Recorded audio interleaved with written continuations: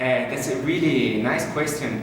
Actually, I really fell in love with the string instruments when I was 7 or 8 years old, and I really wanted to play the violin at the beginning, and for some reasons in the school they put me in the cello class, and I do remember that when I was 11 I really felt like, okay, this is going to be my life, because I feel this great attraction and great passion for it, which I cannot control, is me. So when I was very, very young.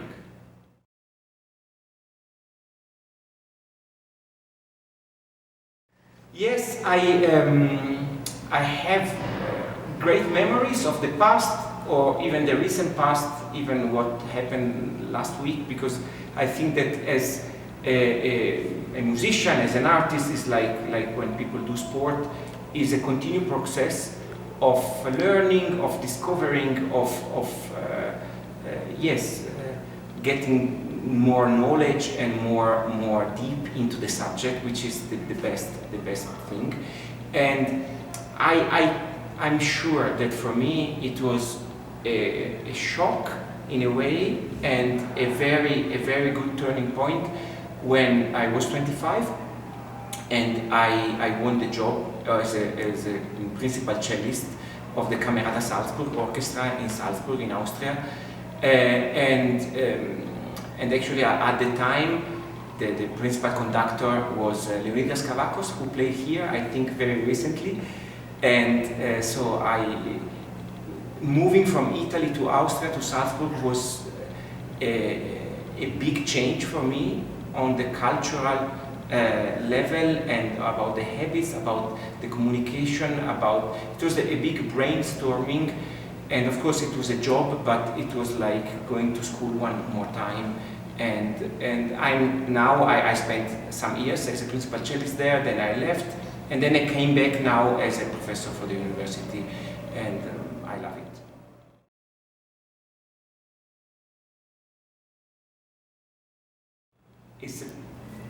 It sounds a little bit like rock and roll somehow, because it's very rhythmical.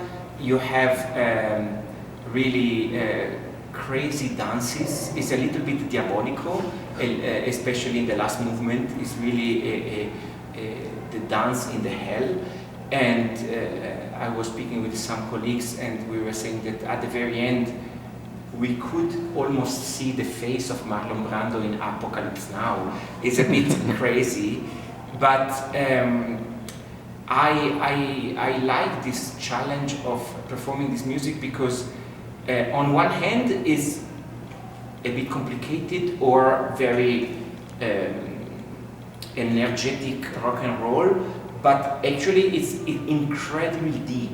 So of course I know the concerto since many years, but every time I come back to the piece, I discover how clever is the composer to hide, nasconder el mensaje, to hide the messages, to hide emotions, and it's something for me very much related with the conditions of the people, and of course also the artists in the Soviet Union, where everything was under the control of the government and this organism to check, so they were not really allowed to speak or to express themselves with the music in a direct way, and so he transformed his emotions, he hid his emotions in this complicated language, but actually the more you discover and the more you find a very human color in the piece.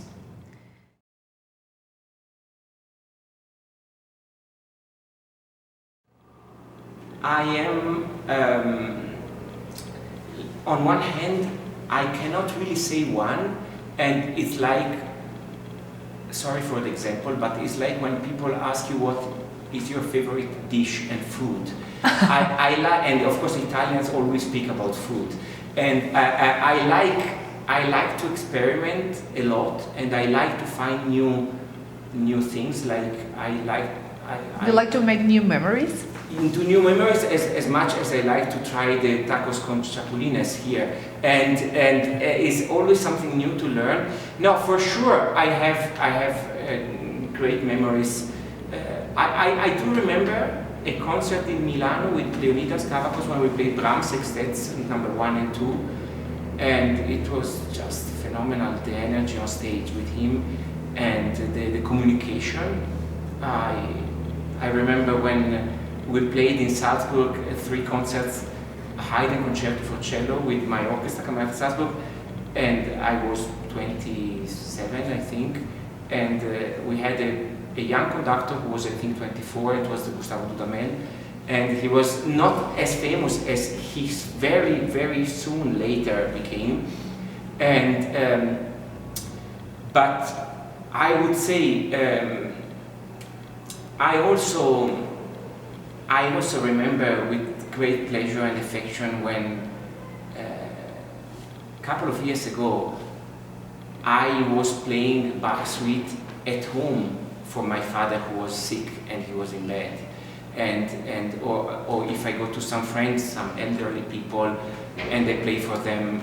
For me, this is also a great moment of sharing love and sharing emotion, and it's the same which happens on stage with the audience for me.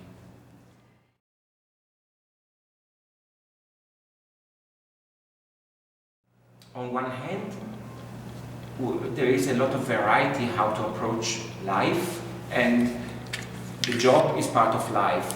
So for me, the first advice would be forget the word, the expression career, and try to get in love with the subject, because the more you study, of course, the more you learn, the more you discover, the more you read, the more you escuchar, listen and get to know different people and play with different colleagues, the more we understand.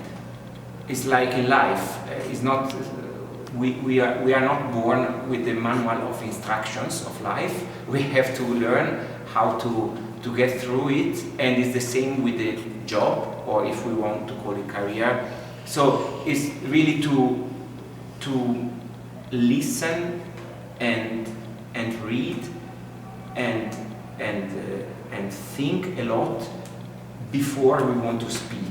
Because I am afraid that nowadays, with this internet, social media generation, the tendency is a lot of narcissism. It comes with the selfie. I find myself ashamed sometimes that I take so many selfies sometimes in front of the monument. It's like, why me?